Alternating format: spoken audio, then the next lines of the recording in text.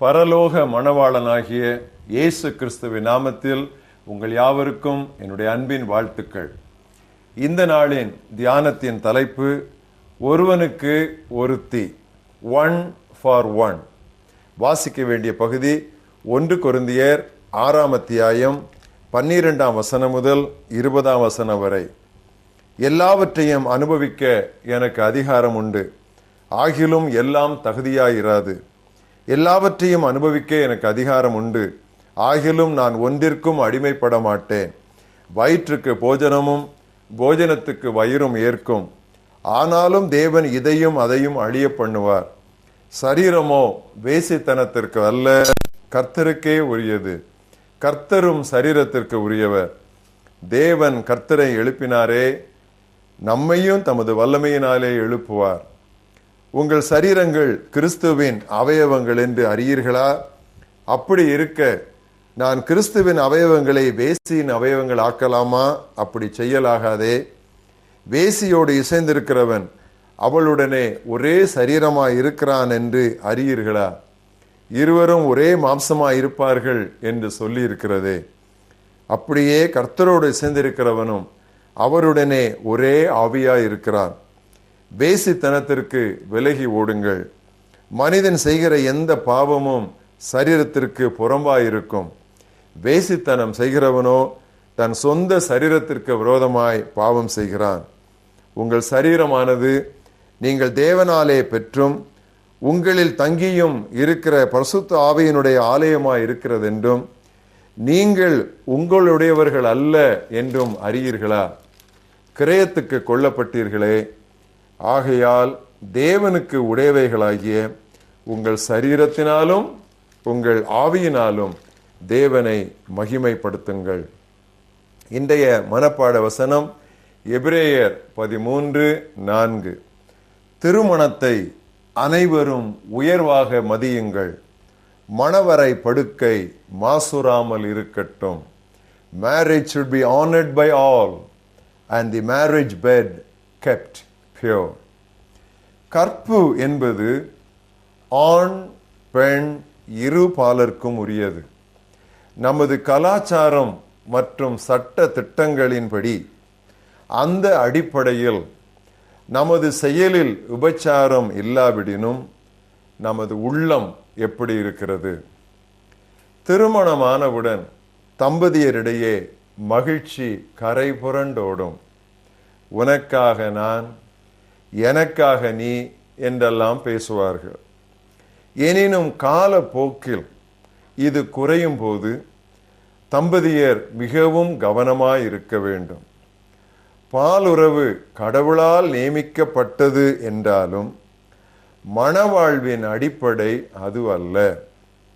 மணவாழ்வு முதலாவது ஆன்மீகத்துக்குரியது, அடுத்ததே உடலுக்குரியது. Marriage first of all is spiritual, only then it is physical.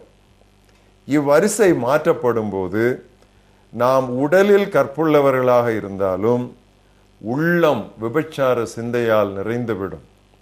ஒருவனும் தான் இளமையில் மணந்த மனைவிக்கு துரோகம் செய்யாதபடி உங்கள் ஆவியை குறித்து எச்சரிக்கையாயிருங்கள் என்பதே இறைவார்த்தை.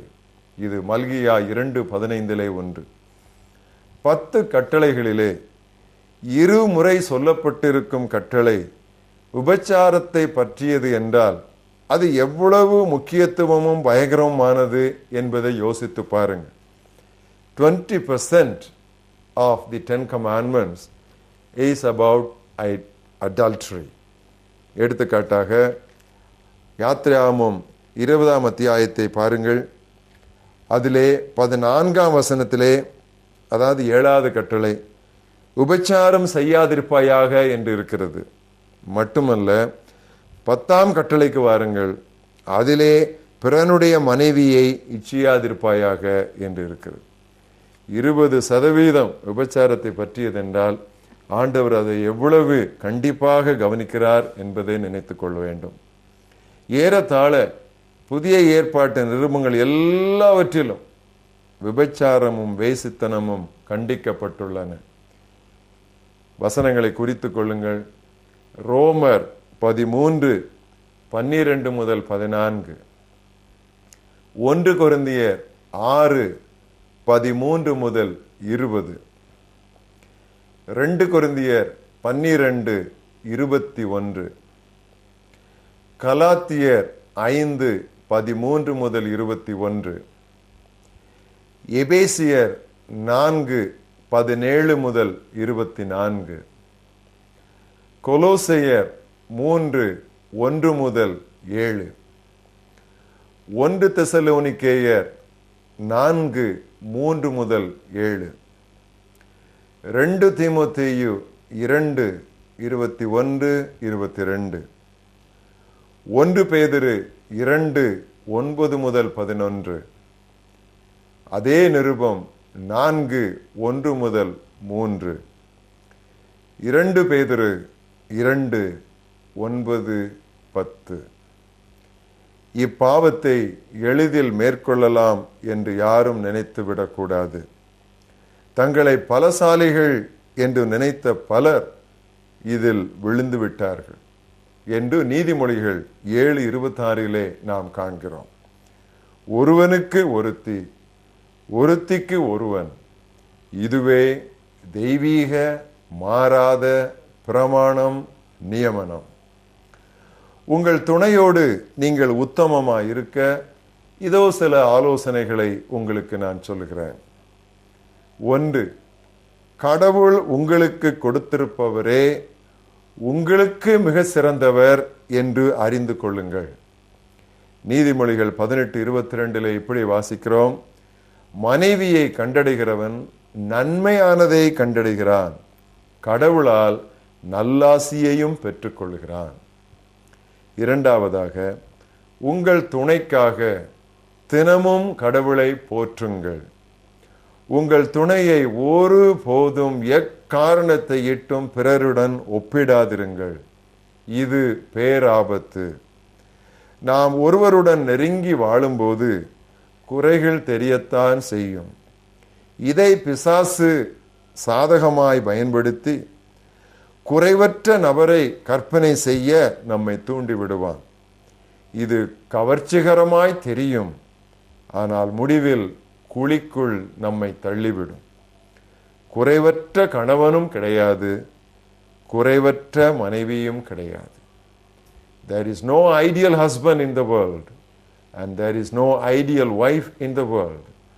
But whom God has given you, he is God's best for you and she is God's best for you. 3, உங்கள் துணையின் குறைகளை எதிர்ப்பாளரிடம் கூறாதிருங்கள். இது பலரை அவர்கள் விழித்துக் கொள்வதற்கு முன்பதாகவே விபச்சாரத்திற்குள் தள்ளியுள்ளது. அதே வேளையில் எதிர்ப்பாளரிடமிருந்து வரும் பரிதாப சொற்களை குறித்தும் எச்சரிக்கையாயிருங்கள். 4, பொழுதுபோக்கென்றாலும் ஏதாவது நல்ல காரியம் என்றாலும் இருவருமாய் சேர்ந்து அனுபவியுங்கள். 5, இருவரும் ஒத்துக்கொண்டால் இறைவேண்டலில் முழுக்க முழுக்க ஈடுபடுவதற்காக சிறிது காலம் பிரிந்து வாழலாம், ஆனால் சீக்கிரம் கூடி வந்து விடுங்கள் என்று 1 கொரிந்தியர் 7:5 அறிவுறுத்துகிறது.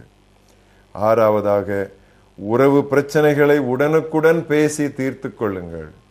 உங்கள் வீட்டிற்கு சமாதானம் உண்டாவதாக. அன்பும் அறனும் உடைத்தாயின் இல்வாழ்க்கை பண்பும் பயனும் அது என்பது திருக்குறள். திருமணத்தை அனைவரும் உயர்வாக மதியுங்கள். மணவரை படுக்கை மாசூராமல் இருக்கட்டும். Marriage should be honored by all and the marriage bed kept pure. One for one. ஒருவனுக்கு ஒருத்தி. எங்கள் மகாபெரிய தேவனே, திருமணம் என்கிற அருமையான ஒரு அமைப்பை, அழகான ஒரு அமைப்பை கர்த்தாவே நீர் ஆதியிலேயே நீர் உருவாக்கி தந்ததற்காக நாங்கள் உமக்கு நன்றி சொல்லுகிறோம். அது உம்முடைய அனந்த ஞானம், அது உம்முடைய ஆழமான அன்பின் வெளிப்பாடு. மனிதன் தனிமையாக இருப்பது நல்லது அல்ல என்று கண்ட தேவனே, நாங்கள் துணையோடு இருக்க வேண்டும் என்று சொல்லி கர்த்தாவே, நீர் எவ்வளவு அழகான ஒரு அமைப்பை நீர் எங்களுக்கு செய்து கொடுத்திருக்கிறீர். அதற்காக நாங்கள் உமக்கு நன்றி சொல்லுகிறோம். ஒரு நாளும் திருவசனத்தில் கொடுக்கப்பட்டுள்ள வரம்புகளை நாங்கள் மீறிவிடாதபடி கர்த்தாவே, நீர் எங்களை பாதுகாக்க வேண்டும் என்று நாங்கள் செபிக்கிறோம். எங்கள் கண்களை காத்துக்கொள்ள, எங்கள் கரங்களை காத்துக்கொள்ள, எங்கள் கால்களை காத்துக்கொள்ள, எங்கள் இருதயத்தை காத்துக்கொள்ள, எங்கள் சிந்தனைகளை நாங்கள் காத்துக்கொள்ள, எங்கள் கற்பனைகளை நாங்கள் காத்துக்கொள்ள பரிசுத்த ஆவியானவரின் உதவியினால் கர்த்தர் எங்களுக்கு அருள் செய்ய வேண்டும் என்று நாங்கள் செபிக்கிறோம். இந்த செய்தியை கேட்டுக்கொண்டிருக்கிற எவராவது ஏதோ ஒரு வகையில் தவறி கர்த்தாவே உம்முடைய பிரமாணங்களை விட்டு வழி விலகி போயிருந்தால் கர்த்தாவே அவர்கள் மேல் இரக்கமாயிரும். சீக்கிரமாக மனம் திரும்பி நேர்வழி பாதைக்கு வந்து சேர, உம்முடைய உசிதங்களை அனுபவிக்க, உம்முடைய நாமத்தை மகிமைப்படுத்த, உம்முடைய சமாதானத்தை திரும்பவும் இருதயத்திலே பெற்றுக்கொள்ள அநேக குடும்பங்களுக்கு ஆசீர்வாதமாயிருக்க கர்த்தர் அவர்களை பயன்படுத்த வேண்டும் என்று நாங்கள் செபிக்கிறோம். நீர் எங்களுக்கு கொடுத்திருக்கிற வாழ்க்கை துணைக்காக நாங்கள் நன்றி சொல்லுகிறோம். வாழ்நாள் முழுவதும் உமக்கு முன்பாகவும் வாழ்க்கை துணைக்கு முன்பதாகவும் உண்மையும் உத்தமமாய் இருக்க நாங்கள் இன்றே தீர்மானிக்க கர்த்தர் உதவி தாரும். பரலோக மணவாளனாகிய உம்மை இந்த நாளிலே நாங்கள் ஆராதிக்கிறோம். வாழ்க்கையின் எல்லா ஆசீர்வாதங்களுக்காக, குறிப்பாக திருமணம் என்கிற ஆசீர்வாதத்திற்காக ஆண்டவரே நாங்கள் உமக்கு நன்றி சொல்லுகிறோம். நீர் வாழ்க, நீர் வாழ்க என்று உம்மை வாழ்த்துகிறோம். இயேசு கிறிஸ்துவின் நாமத்தில் ஜெபம் கேளும் எங்கள் ஜீவனுள்ள பிதாவே, ஆமென்.